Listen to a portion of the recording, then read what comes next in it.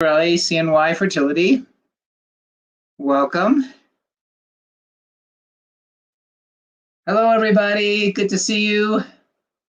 Hello, Chloe's Baby Journey. Hi. Good to see you. Bethany. Welcome, welcome. Okay. Well, I'm going to be doing a discussion tonight on acupuncture, hyper hope. It's good to see you, Christina Marie. Hi, Caitlin Puffer. My first and foremost. So everybody who's on Instagram, jump over at least for about a half an hour to Facebook, CNY Fertility on Facebook. Leslie Mermaid, hi guys. Elizabeth, good to see you. Rebecca, Mimi, Hallie, good to see you. Good afternoon. This is Dr. Magarelli, CNY Fertility, Colorado Springs, and I'm going to be doing a talk on acupuncture. So all those folks who are on Instagram, please jump over to Facebook if you want to see the, I'm going to be doing a presentation. So I'm going to kind of show you the presentation here. So it's going to be about acupuncture. So if you guys jump over to the Facebook Live, you'll be able to see everything that I'm doing. And then if you want to go back on Instagram and ask questions, that's fine. Hello, Tasha, Elizabeth, hello. I'm gonna be first talking about my topic tonight, and then, so hold off on the questions if you can. Hi, Mimi. Hey, Rebecca. Hey, Arath. Smiley Shana. Yay! All right, Smiley. So everybody, if you can, jump over from Instagram to Facebook Live or YouTube. We're on both of those channels. So CNY, oops, I got a poor connection here. Let's hope that gets better. Let me put this a little bit differently here. Maybe that'll help. Oh gosh, hopefully I'll get a better connection. I hope you guys are okay on the Facebook. Gosh, poor connection. That stinks. All righty, so I think what I might do is, guys, everybody give me a second. I will be right back. Hello, Mary. I've got to boost my signal here. I'll be right back. Just hold on a second.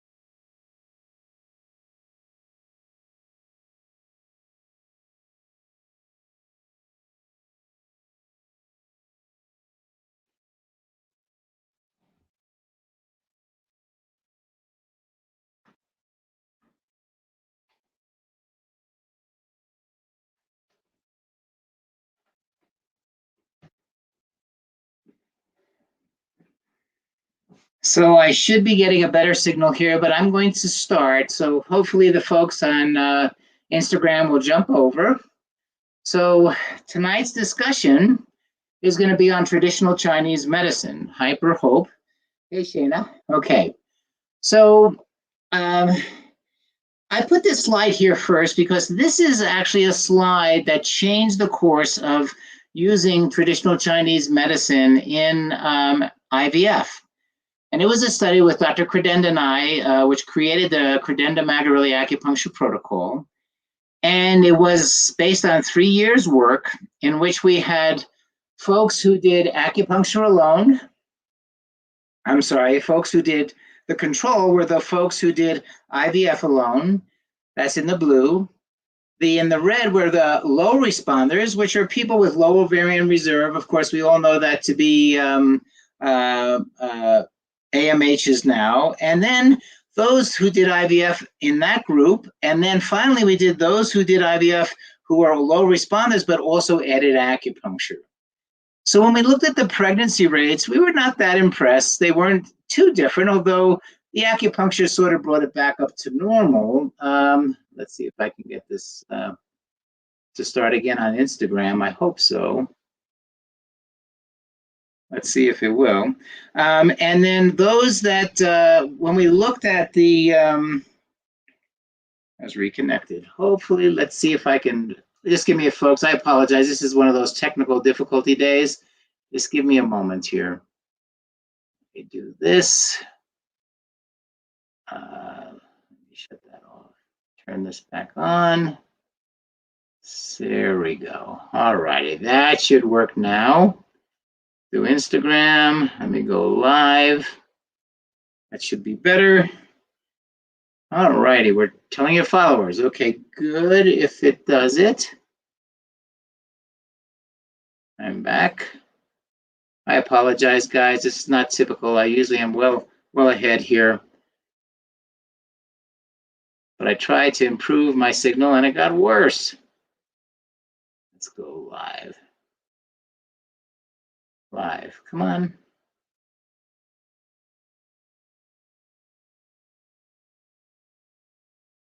Yeah, but I don't see my live video here. I apologize. Put this back on. Come on, baby. Anyway, so that's so when we looked at live births, what we found was that 70% of those that did the IVF and the acupuncture actually took a baby home, which was even better than our non-low responder group. So this started the whole world asking questions. So what was that world? Well, in 1996, we started our research in 1999. In 1996, Steno Victorin wrote a paper about blood flow and acupuncture in fertility patients. And they improved the blood flow. And then, is anybody still out there, by the way, on the on this area here? Someone say hi, because I'm worried about my signal here. You guys here? Yep, okay. Say hi, say hi. So somebody say hi back to me so I know you guys are connected. Oh gosh. Oh, good. All right, we are here. Thank you. And then in 2002, Paulus came up with a study that said actually acupuncture would help clinical pregnancies. Then there was a series of randomized controlled trials, which all basically demonstrated that acupuncture could help. And then in 2007, we published many papers between 1998 and 2007, illustrating or demonstrating that acupuncture did impact IVF outcomes. All righty, let's see, we're here. All righty. So the studies in the 90s, studies in the 2000s, then we started publishing, and our first group of published papers were about acupuncture improves IVF outcomes in poor responders. Then we did another paper on IVF improves outcomes in good responders in all patients, and then we looked at it lowering ectopic pregnancy rates, and then finally we looked at its improvement on multiple pregnancy rates, in other words, reducing it. And then finally, we found the hormone that seemed to be two hormones that seem to be responsible for this change. Here, delete video, discard.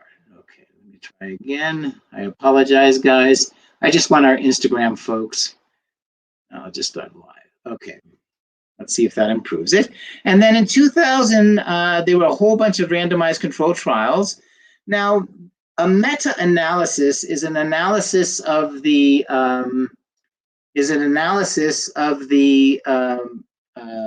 of studies. So you take a study, and let's say you have 100 people in the study. Everybody who's on Instagram, jump over to Facebook Live. We're doing a presentation, so jump over to Facebook Live.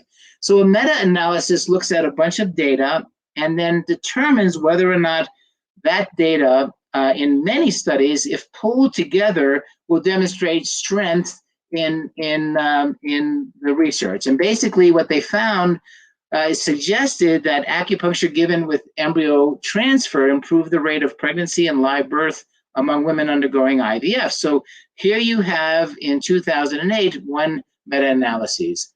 Chiang did another meta-analysis, and what they found, they did, like our studies, the Credenda-Magarelli acupuncture protocol, they found that acupuncture does actually increase live birth rates in IVF if it was performed around the time of embryo transfer. That's the pre and post people talk about. What Dr. Credenda and I did, though, is we looked at the whole gamut of care and basically found that if you did 8 or 9 treatments before the actual transfer, in other words, during the stimulation phase, because we did only fresh transfers back then, that you would actually see an improvement. In 2010, he looked at herbal medicines, and what they found, of 2,670 subjects were included in the study, they did not find any increase in evidence for improvement in the use of acupuncture with assisted conception. But again, what they were doing was looking at placebo-controlled trials, and we now know that you can't do placebo-controlled trials in IVF because anytime you stick a needle in someone, it's going to have an effect. So it's almost impossible. So here is the study we looked at from the impact of acupuncture on our IVF patients. This was 200 patients, and we found that those who did acupuncture with IVF, 66% of those got pregnant, whereas those who did not had 40%, which was the national average. The interesting thing was we had very few ectopic pregnancies, extraordinarily few ectopic pregnancies. So any of you folks on Instagram, jump over to Facebook Live and you'll be able to see the lecture that I'm giving right now, and then I'll jump back to questions in a little bit. So this is the protocol. I'm not going to ask you guys to look at it. It's something that Dr. Credenda has shared around the world over the past, 15 years. And these are all the different points that were used in developing this protocol. So, by the way, what this suggests is not every acupuncturist is trained in this protocol, nor are they trained in assisted reproductive technologies. It was because of these studies that Diane and I were invited to help create the American Board of Oriental Reproductive Medicine, which is subsequently now in its 10th year, and we have trained over 900 acupuncturists in this protocol. Now, any acupuncturist can do the protocol, but the protocol was developed by Dr. Credenda, and it has now been used, as I said, around the world. So these are the points for the electrostimulation. This is a part of the protocol which is geared towards stimulating those points which are going to improve implantation and ongoing pregnancy. So here are those points. And there's a lot of reasons why these points made sense. So for example, LI4, which is pain in the uterus, tonifies and regulates qi. I'm trying to look at another one that goes spleen 10 or spleen 6. This one regulates the uterus. So you can see that a lot of these points that were used in traditional Chinese medicine, it made sense that they could help. And by putting them together, a protocol was developed. There are points that were used in the ear to help the uterus, the endocrine system, Shen Men, the sense, and then the brain. This is the original first look at our study looking at the impact of poor responders, which was about 147 cycles. And as you can see in this smaller study, we didn't really see much difference in pregnancies, but gosh, in births, there was almost a 15% difference in the amount of babies born, with almost zero ectopic pregnancy and lower miscarriage rates. So again, this began to get us interested in the research. And again, we're going back to 2007. So that's quite a few years ago. And so you can see the relative differences there. And then this was the slide, which was a larger study looking at the comparator being regular IVF patients. And you can see that in this case, there was a dramatic improvement in pregnancies and live births in the low responder group, which is the vast majority of couples that we see today. Now, in good prognosis group, you wouldn't expect to see much of a benefit, although we did actually. We actually saw more births. We saw almost, again, zero ectopic pregnancies. So it kept saying, we may not know the reason why acupuncture works, but at least we can begin to say that as a tool, this could help folks in terms of their outcome, two outcomes: one, a live birth, and two, no ectopics. So in that case alone, we thought that this was very helpful. Again, folks on Instagram, if you can jump over to Facebook Live or YouTube, CNY Fertility, you can watch the lecture. So now this is just looking at every patient. Now we're about 203 cycles. And again, you see here, we saw a great improvement in pregnancy, but as we got to good prognosis patients, we didn't see much difference in our live births per pregnancy. But again, miscarriages were lower, but ectopics were significantly lower. So this was, again, corroborating what we were talking about. And here's just another view of that. Now we're up to almost 600 patients. So this is one of the largest studies that has been done in the literature. Now, here's an interesting thing that we also observed in looking at the data. It was that in those patients doing acupuncture, the one on the left, the little baby, they had almost half the multiple pregnancies that was plaguing us way back when in the early 2010, around 2007, 2006, so that it seemed that acupuncture sort of allowed us to have one healthy baby at a time. Now, how do we know how many treatments you should have? Well, there is a way statistically to look at that. We had patients who did 2 treatments and patients who did 22 treatments. And by doing Kaplan-Meier survival curves, what we found was that the ideal number of acupuncture treatments that could produce 50% of the patients getting pregnant, it was 9. And subsequent to that, there have been other studies by Lee Hollanders and others that are suggesting that that number 9 is somewhat magical. You need at least 9 treatments of acupuncture, because many of the folks, ask that question, how many treatments do we need? So what we concluded was that the impact of acupuncture on IVF pregnancies resulted in fewer miscarriages, statistically fewer ectopics, more pregnancies, and fewer multiples, but in all of our studies, we had essentially more take-home babies, which is the real goal for everyone. It's not simply to get pregnant. It's, can we essentially make a baby, as it were? So this is a look at this is what we were looking at in terms of the data. I'm not going to spend a lot of time, but we looked at a lot of parameters to make sure these couples that were comparators were compared, so that the groups were the same type of groups. These were not prospective, so they were retrospective, but we wanted to ensure that the patients were comparable. So the sperm, no difference. Average age, infertility, no difference. Average patient age itself was 34, no difference. Average FSHs, you can see a range. BMIs were about the same. And then the protocol was down-regulated with Lupron. Nowadays, we use Citrotide. We looked at the mean number of eggs retrieved, embryos transferred, etc. And then what we found, if we looked at all of our studies put together, some kind of summarizing here, this was Dieterle's study, but this is all of the Magarelli Credenda studies here on poor, good. The Paula study, Quintero did a very small study, Smith did a study, Westergaard, etc. We found that if you looked at all of these studies, on average, the improvement in either births or ongoing pregnancies when you add acupuncture to your treatment was 14%. That sounds low, but oh my God, that means 1 in 7, 1 in 8 patients who normally would not achieve a pregnancy would. And we continually see that trend.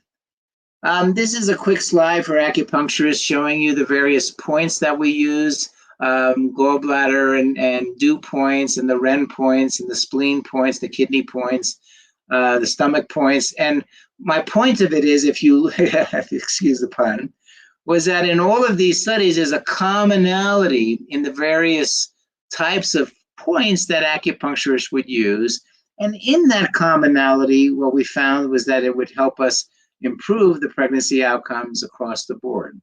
So how does it work? Well, this was one of our studies, Dr. Credenda and I, and Dr. Credenda, of course, is at East Winds Acupuncture, and we are at CNY Fertility in Colorado. And what we looked at was many people said that when people got acupuncture, they seemed more calm. So we said, well, why don't we look at the stress hormones that could easily be measured? One is cortisol, the other one is prolactin, and let's see what happens. So we expected that those patients who did the acupuncture would have lower stress hormones, and those people who didn't do the acupuncture would have higher. But take a look at this. These are two groups. This is the IVF. They're all IVF patients. The blue is the acupuncture group, and the controls are red. We found the exact opposite. We found that during the stimulation and pre-stimulation phase of acupuncture, of the IVF cycle, in those patients who did those 10 treatments, what we found was that on average, or at day 7, statistically higher levels of cortisol were found in the acupuncture group.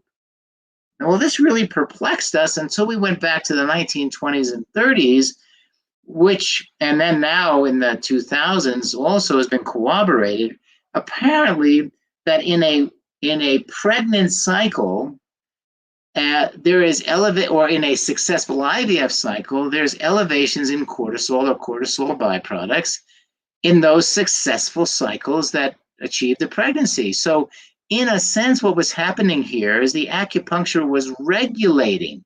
So in the control group, cortisol fell because of all the hormones.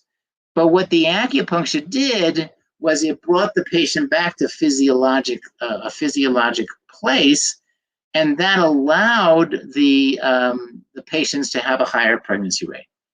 So then we looked at another stress hormone, which is prolactin, and here you can see that this is the baseline level. This is considered elevated. This is considered average. And again, a little bit earlier, on about 5 or 6, we found a marked elevation in prolactin, which seemed opposite of what we would expect, except when we went to the literature and we found that a transient hyperprolactinemia was associated with improved pregnancy rates in patients doing normal fertility, in a normal fertile cycle. So again, what we're seeing is that the acupuncture regulated, brought to homeostasis, brought to a sort of a pre-pregnancy state, the person, so again, the host, and they in turn ended up having higher pregnancy rates. Now, at that time, of course, IVF was very expensive. Well, it's still expensive, but at that time, IVF was about probably around $20,000, $18,000 per attempt. And so what this slide is showing that is there a cost benefit of adding acupuncture to a patient's protocol at that time? Today, it's even more cost effective. But so what we found was that by doing acupuncture, on average, folks saved about $6,600 to get to a baby. Remember, they're not going to get it on the first try. So in a sense, there's not only the benefit of more pregnancies, but lower cost. So how does the scheduling? I think I'm going to just go straight to the protocol. So in the protocol, we combined all these to create the Credenda-Magarelli protocol. You should get about 7, 8, or 9 treatments prior to and during the stimulation phase. Take the eggs out, and if you're doing a fresh transfer, then do the pre and post transfer with another technique, which is 24 hours and about an hour after. And then at that time, we would do, and we still do it today with a fresh cycle, we would look at a pregnancy test. Okay? So other areas where acupuncture can help is, we have found, and many others, is that in those patients with ovarian hyperstimulation, you can manage the fluid shifts of hyperstimulation with acupuncture. Acupuncture can move fluid. So it allows the body to get rid of the excess fluids created by the hormone imbalance. The other areas where acupuncture can help is in recurrent pregnancy loss. Could you repeat the protocol? Yes, the protocol was it's called the Credenda-Magarelli Acupuncture Protocol, or CMAP. You can go to eastwindsacupuncture.com and you can find all the papers that are published papers there. You can see pretty much on the internet that protocol, or you can set up an appointment with Dr. Credenda at www.eastwindsacupuncture.com, and she'll be happy to explain the protocol to you, or even to your acupuncturist. But it's about 8 or 9 treatments before the eggs are taken out, and then 1 treatment before the embryo is put in, and 1 treatment after the embryo is put in.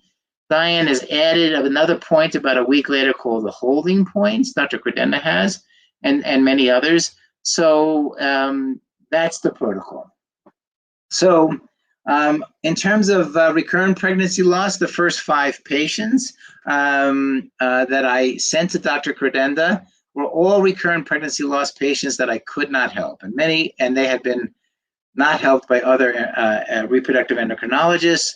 And in traditional Chinese medicine, they have many treatments for pregnancy loss or miscarriages. So absolutely, 3 out of 5 of them had babies. 1 actually had a second baby just with acupuncture. Pelvic pain syndrome, this is another area that can help. Acupuncture can help. The NIH has absolutely recognized acupuncture as a pain relief modality. So that's another area. And then finally, not finally, but another area is polycystic ovarian syndrome, PCOS. Again, because acupuncturists don't have the terminology PCOS, they have many dysfunctions that are symptomatic, very much like PCOS. They are able to manage in many different ways the PCOS symptoms, as well as manage the disruptions in the hormones.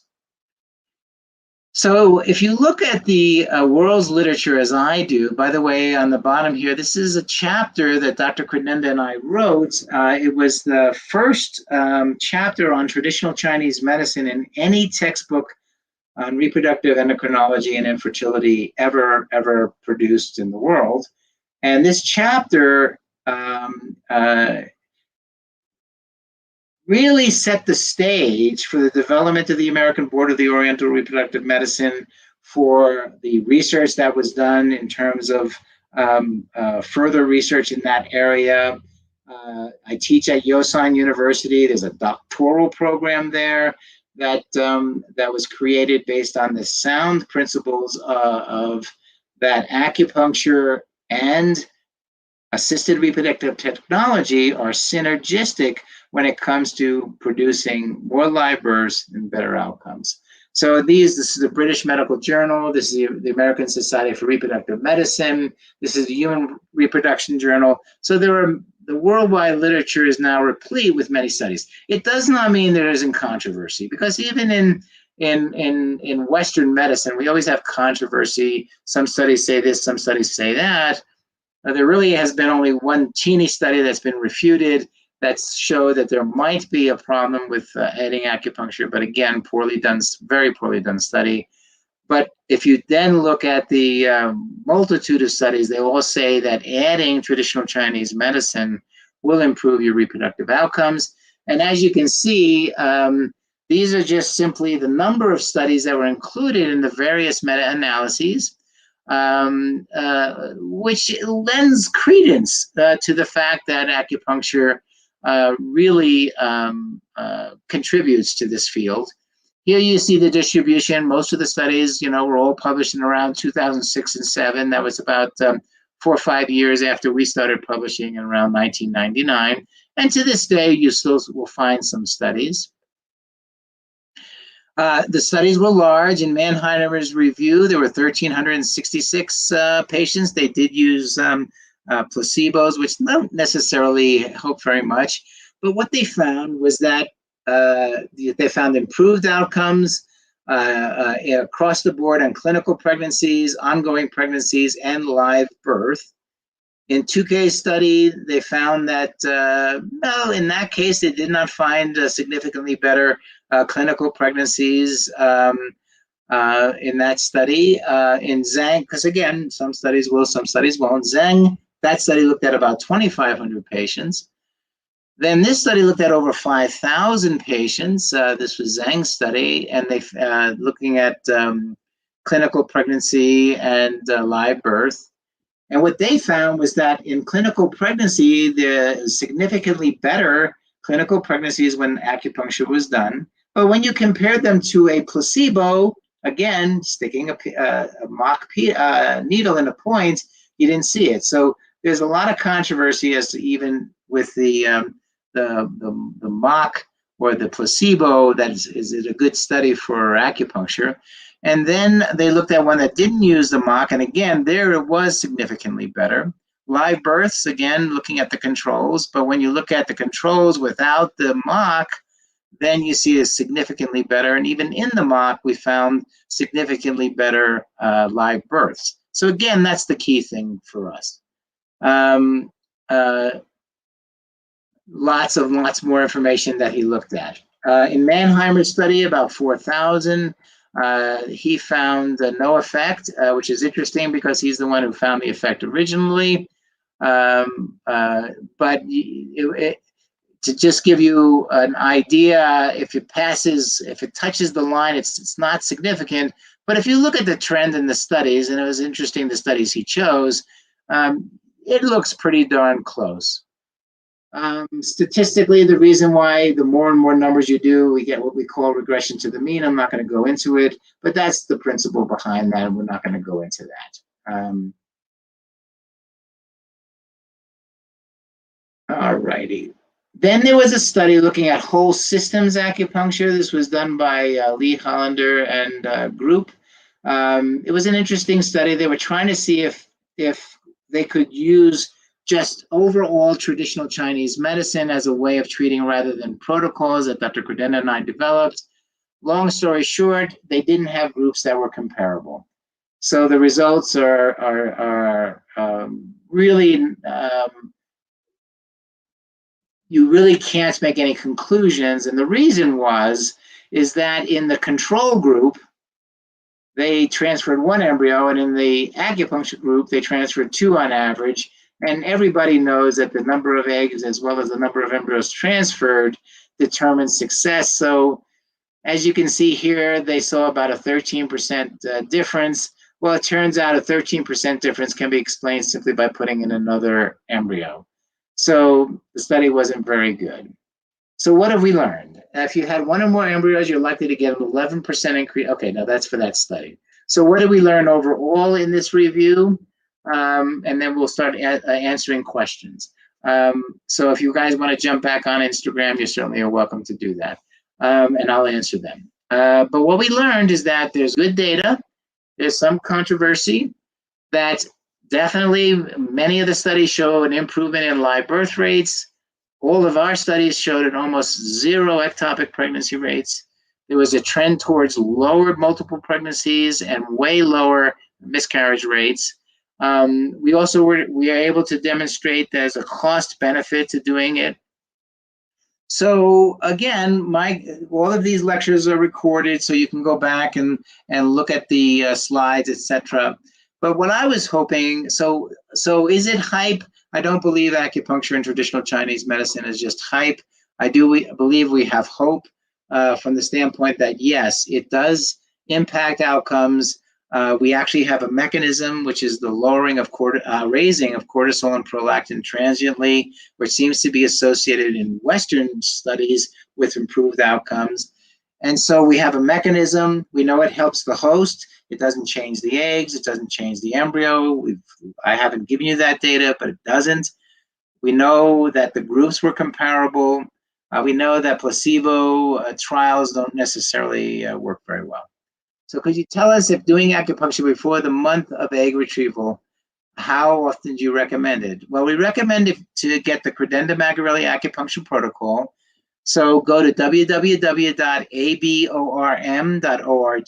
and all of those doctors there, the American Board of Oriental Reproductive Medicine, know the protocol and can do the protocol, which is approximately 8 or 9 treatments before the retrieval, 1 treatment before and after the transfer, and then maybe a week later.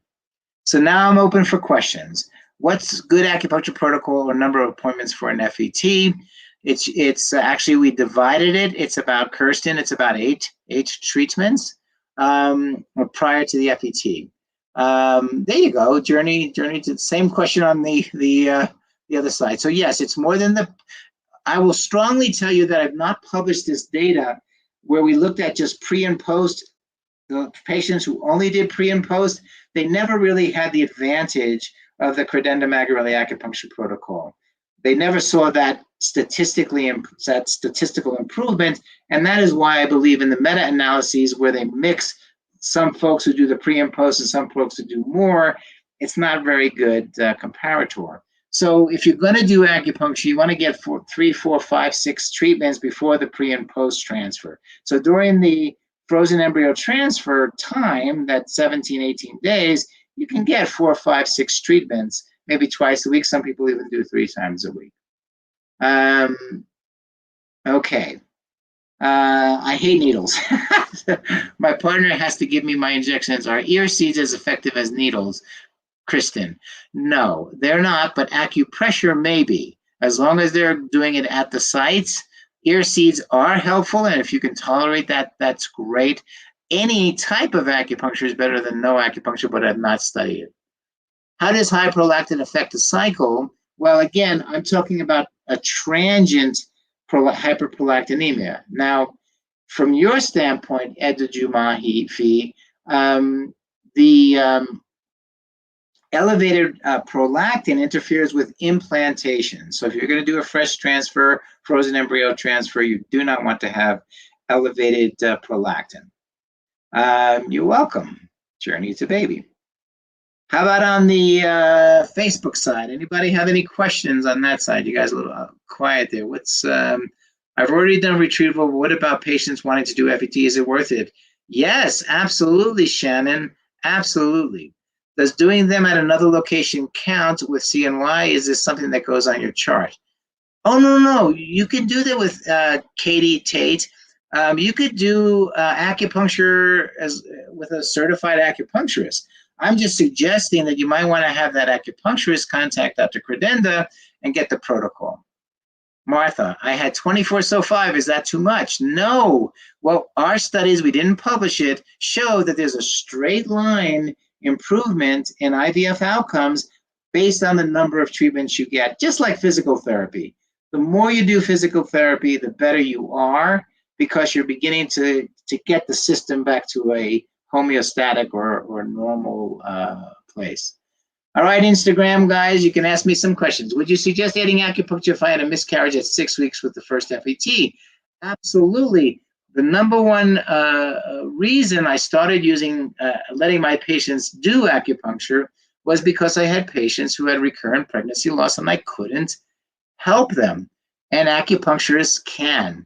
Every science of medicine, whether it's traditional Chinese medicine, whether it's Western medicine, or Ayurvedic medicine, it doesn't, Native American, are all about saving a pregnancy. So combining, and this is where the synergy comes in, combining the Western modality with the traditional Chinese medicine modality it augments each. I can tell you with surety that there's no negative to doing acupuncture in terms of reducing your outcomes. There's some controversy whether it improves it as much as we believe, but I think there's very good data that it does help. I started antimicrobial last week. Now I'm 4 days late. Is that normal? I'm never late. Tubes can be pregnant, so can't get pregnant. Should I just wait it out?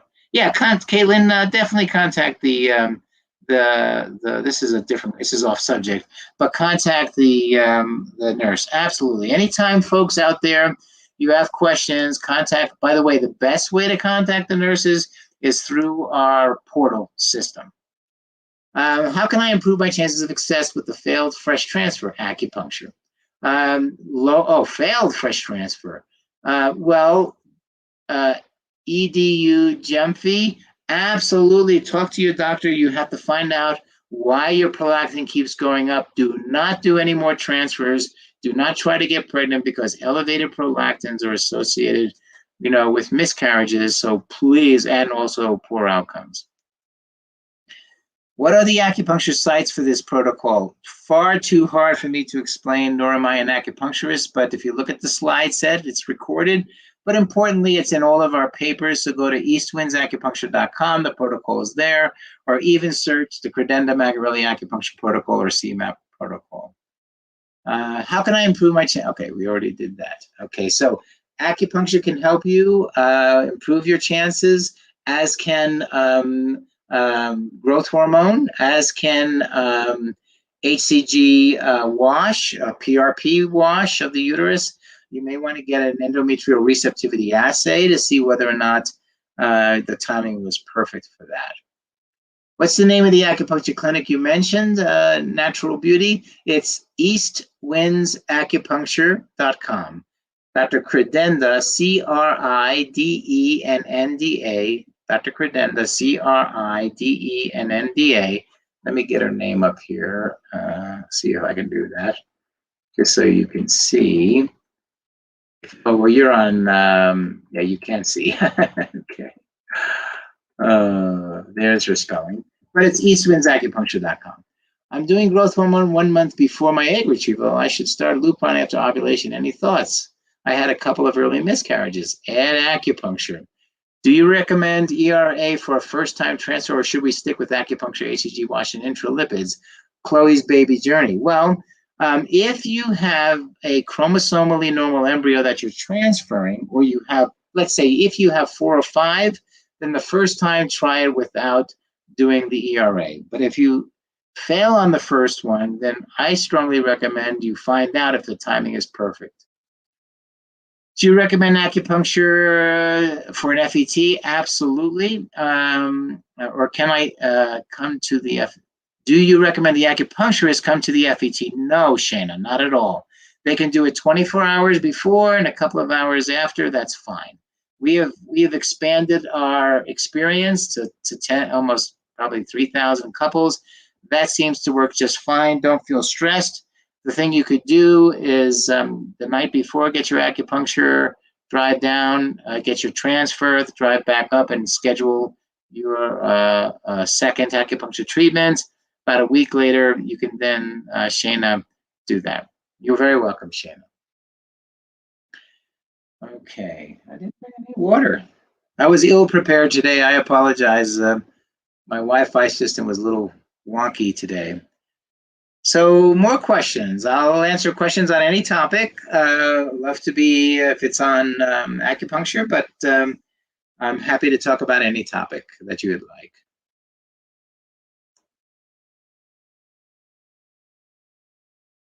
Is anybody out there? Well, we're progressing at CMY Colorado. I think we have 10 retrievals tomorrow, 10 transfers tomorrow, which is quite dramatic for a day. My team is going to be running around. Do you guys treat for do you guys HJ Castillo salpingitis? That should be treated. Yes, absolutely. That's usually antibiotics, long-term antibiotics. How it depends on how you were diagnosed. Hallie, is there an acupuncturist you recommend in the area we can see after the FET if we're traveling from out of state? Absolutely. Eastwindsacupuncture.com is a sister organization, and Dr. Credenda is our integrated medicine manager. And she works with us, with our patients all the time. And Dr. Stephanie King is her new associate, and both of them have promised to be available to you guys. And if you go to their website, www.eastwindsacupuncture.com, make an appointment now because you can. It's all online appointments, and make your preliminary appointment.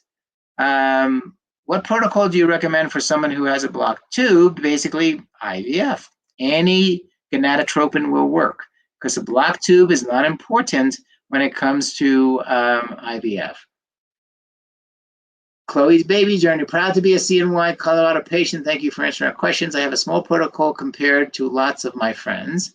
Should I concerned or a small protocol? You mean a mini protocol? Yeah, everybody's unique. Do you recommend taking medication for candidiasis before stimulation? Absolutely.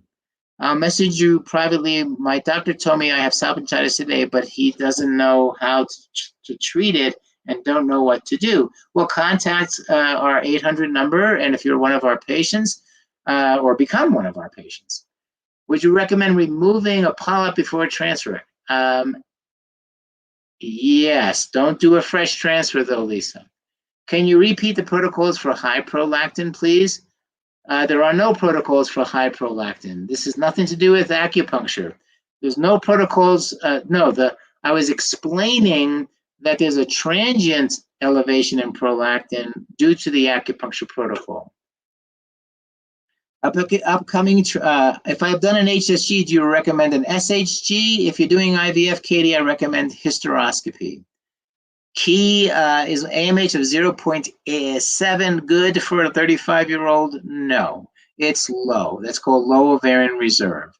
It doesn't mean you can't have a baby though. So high, low, who cares? One egg, one embryo, one baby. Would you recommend an IUI or IVF for male infertility issues? IVF for male infertility issues because honestly, IUIs are not that effective. 8% chance that'll help you. Getting ready to start the IVF process in a few weeks. Do you prefer fresh or frozen transfers at 44? Fresh transfer day 3. Upcoming transfer, we're adding on HCG wash, PRP, intralipids, and acupuncture. I'm overwhelmed by the timing and scheduling. What order do I do them in? I'll be in Syracuse, Brittany. Just call up or portal the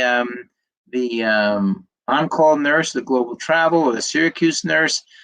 You should have gotten from them what you do and when, and just contact them through the portal or call them. Do you recommend intralipids therapy if you have a high NK? When to start? Well, the whole idea behind the intralipids is to lower inflammation. And of course, there's an immune system issue going on. So we have a protocols called the immune protocols level 1, 2, 3, and 4. I recommend you download our family building guide. Look at the immune protocols. You can find them on the CNY Fertility website on the resource page. So that's what you can do there. Genetic testing or natural killer test. 1 MC miscarriage. No female issues found, only male issues. 1 miscarriage. You don't need either. Do you suggest fresh or frozen transfer? We're starting with the fresh. Great. If I opt for surgery to treat endometriosis, do I have to take Orlistat or Lupron after surgery before a new IVF round? I can't tolerate them at all. You don't have to. No, but just make sure you do the retrieval as soon as possible. Happy childhood. I have a low AMH, 0.2. My first consultation is September. Am I in danger that no eggs will be left? How fast can they usually drop? Depending on your age, if you're less than 35, you lose 1,000 eggs a month. If you're over 35, you lose 10,000 eggs a month. Getting in as soon as possible is really a good idea. Carissa, 2 failed transfers, 2 embryos left. Depending on transferring them together or doing an ERA first. ERA first if you don't have a reason why you're not, especially at 33. Same-sex couple, AMH, yeah, you might want to do an AMH. How should I do acupuncture during stims and how often? Yes, the lecture today talked about getting 9 treatments prior to your, let me see if I can pull that back up here. 9 treatments prior to your retrieval, and then 2 pre and post. Let's see if I have those here. I don't have those here. Can you use IVF donor sperm for an IUI? Yes, of course you can. You can. How do you lose them if you don't get a period? Periods have nothing to do with the egg loss, my dear. This is a genetic thing built from your mom. It's your mom's, yeah, here they are in the protocol. Okay, it's your mom's X chromosome that determines how many eggs and how fast you lose them. Well, thank you. Your nurses told me otherwise. Well, again, my nurses are telling you the preferred protocols, guys. The preferred protocol. You guys always at CNY have the option of choosing whatever protocol not whatever protocol, choosing protocols or not doing something that we recommend. That's the power of CNY fertility, is we provide you information, hopefully good information, and then you make a decision and we will support your decision unless it's unsafe. So if my nurses are telling you how it's done, it's because we told them that's how it's done. Okay. Starting my second round today with will the 450 going to help me produce more follicles? Well, they're trimming Tracy. What they do is they don't produce, they feed more follicles. Yes, that's the goal of doing it.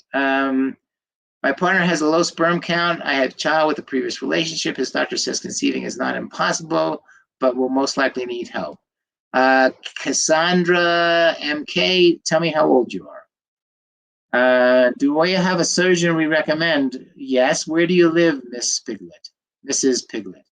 Where do you live? Can you explain why an ERA, explain what an ERA is and how it helps? Yeah.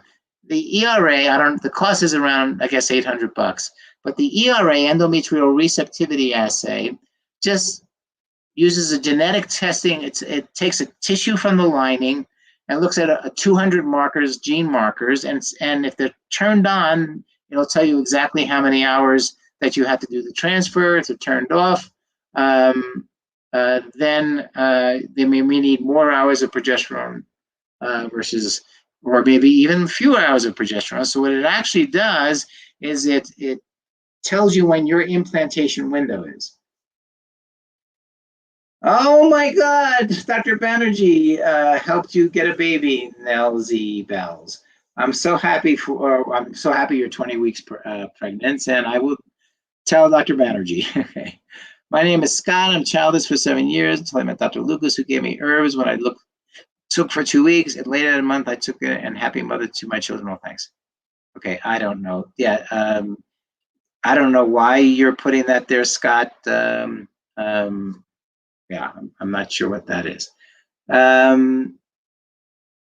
When is an ERA recommended? Well, ERAs are recommended when we have a failed transfer, a failed chromosomal normal transfer, or only one chromosomally normal embryo. So you want to make sure that you have an ideal uterus. Brittany, ERA came back pre-receptive. Should I redoing it? No. You do not have to. That's the one thing we did learn on the ERA test. You do not have to repeat the test, which is wonderful. You don't have to do it 1, 2, 3, 4 times. You absolutely do not have to do that. Excuse me, just a second here.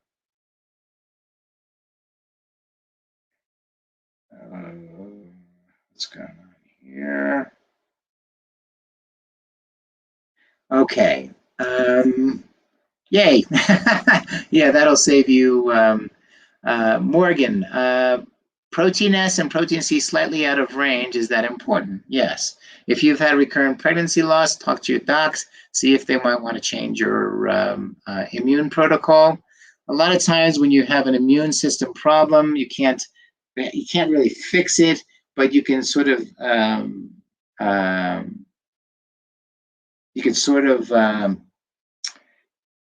improve your odds. So it's not like it's a cause and effect. Okay, we're kind of running down on time. Next week will be a question and answer session, as I do every other session.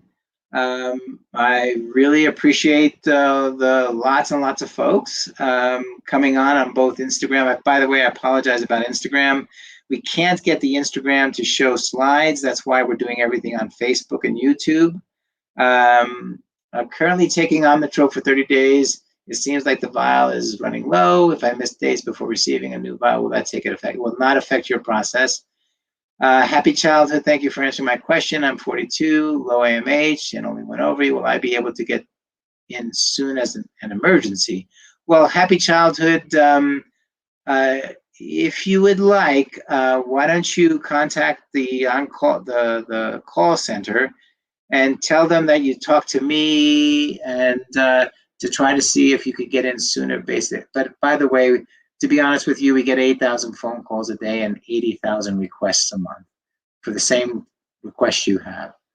Tesh, first transfer just failed. Would you recommend I do next round? I can't do that. Thank you. You're welcome. Thank you, guys. We do have surgeons in Colorado, absolutely, that are specialized in reproductive medicine. Dr. Walensky. Dr. Fink, our newest colleague, is also here now. He's a surgeon doing IVF, etc. We're really happy to be able to provide you these educational seminars. I know I've gotten a lot of feedback saying, although technical, you appreciate the attempt I'm having in giving you some solid data so you can digest the solid data. Please go to our website. We have all kinds of information on acupuncture. Go to the American Board of Oriental Reproductive Medicine website. Lots of great folks there. The Healing Arts Center in Syracuse and Albany, fantastic acupuncturists there. Dr. Kiltz is a strong advocate, of course, for acupuncture and nutrition and nutraceuticals. So thank you all. I hope you have a wonderful, wonderful evening. I look forward to seeing you guys next week. It's been great. And like I said, next week is a question and answer session. Anyway, kiss, kiss, everybody. Thank you. Thank you for everything. Love the little kisses. All right. Bye. All righty. Let's do this. And now share. And then we'll do the end the broadcast here.